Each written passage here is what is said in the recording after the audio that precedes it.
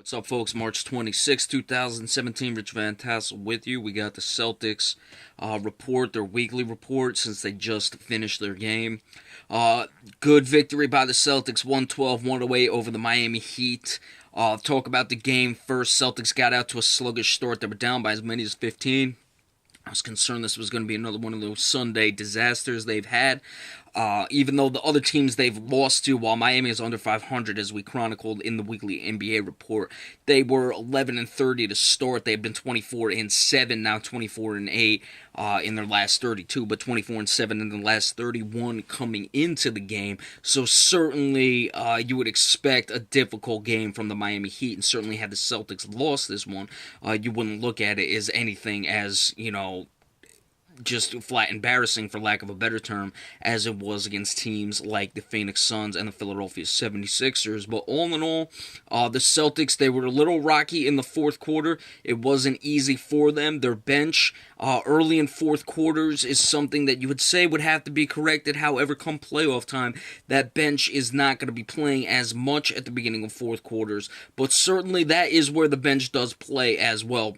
It's usually more in the second quarters that these guys don't get that much time off. But the fourth quarters as well, you cut the minutes down a little bit. So it's not as pressing an issue come playoff time, but still something that the Celtics have to work on. Avery Bradley back in the lineup. It's been good. Hopefully the Celtics can keep going with this starting five that they've had to, tried to get incorporated and had their troubles with all season long. In this game tonight, that starting five was very good. Al Horford only had 7 points, but did have 8 assists, 10 rebounds, a steal, and a block. He filled up the stat sheets. Amir Johnson was very good tonight. Got to give him credit. Avery Bradley, a little sluggish, only 4 for 11, but not bad. But Jay Crowder and Isaiah Thomas, 55 points between the two of them, 25 for Crowder, 30 for Isaiah Thomas. Isaiah was pretty good in the fourth quarter as well. So now moving forward, the Celtics have tied the Miami Heat atop the East. The Heat still have the percentage points. They've played 72 to the Celtics 74 games. So that's an interesting matchup, but I believe moving forward they play again on April 5th, and from what I was looking at, it looks like the Cavs have 5 games in that time prior to that game coming up. The Celtics only have 3, 2 of them at home, and I believe one of them in the row. We'll get to the schedule in just a minute. Cleveland has a back-to-back. That game against the Celtics will be on the second night of a back-to-back. We've discussed Al Horford. He's been playing well of the past week. The Celtics did not lose this week after that really, really difficult loss to the Philadelphia 76ers. They were able to beat the Washington Wizards early on this week. That was a good victory.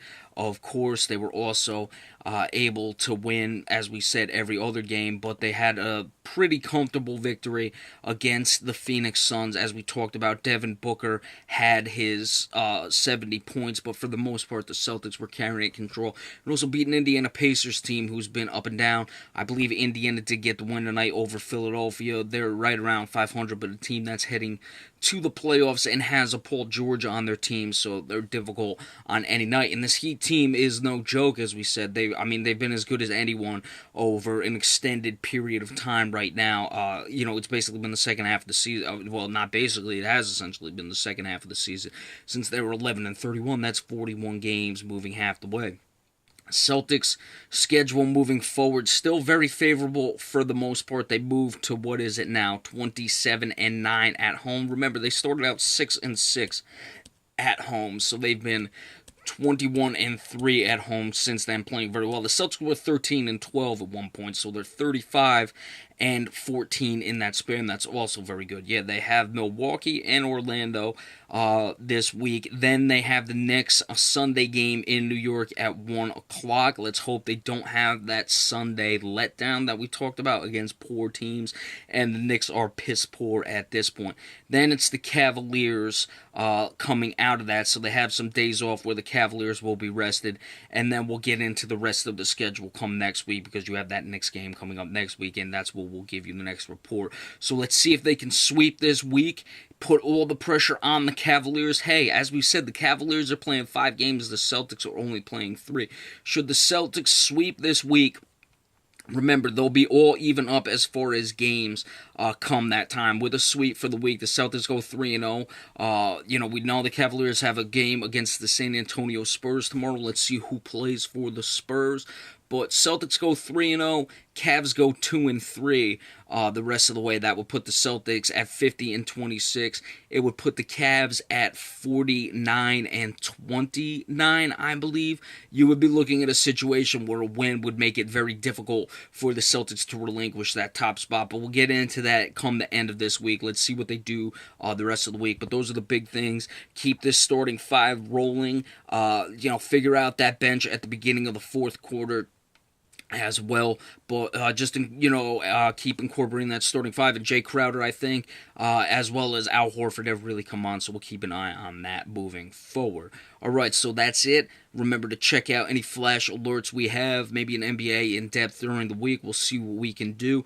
We appreciate all the subscriptions as well, every time you guys do that for me, so that'd be great if you could do that again. Alright, so enjoy the rest of your Sunday, and we'll see you later on. Have a good one, folks. Take it easy.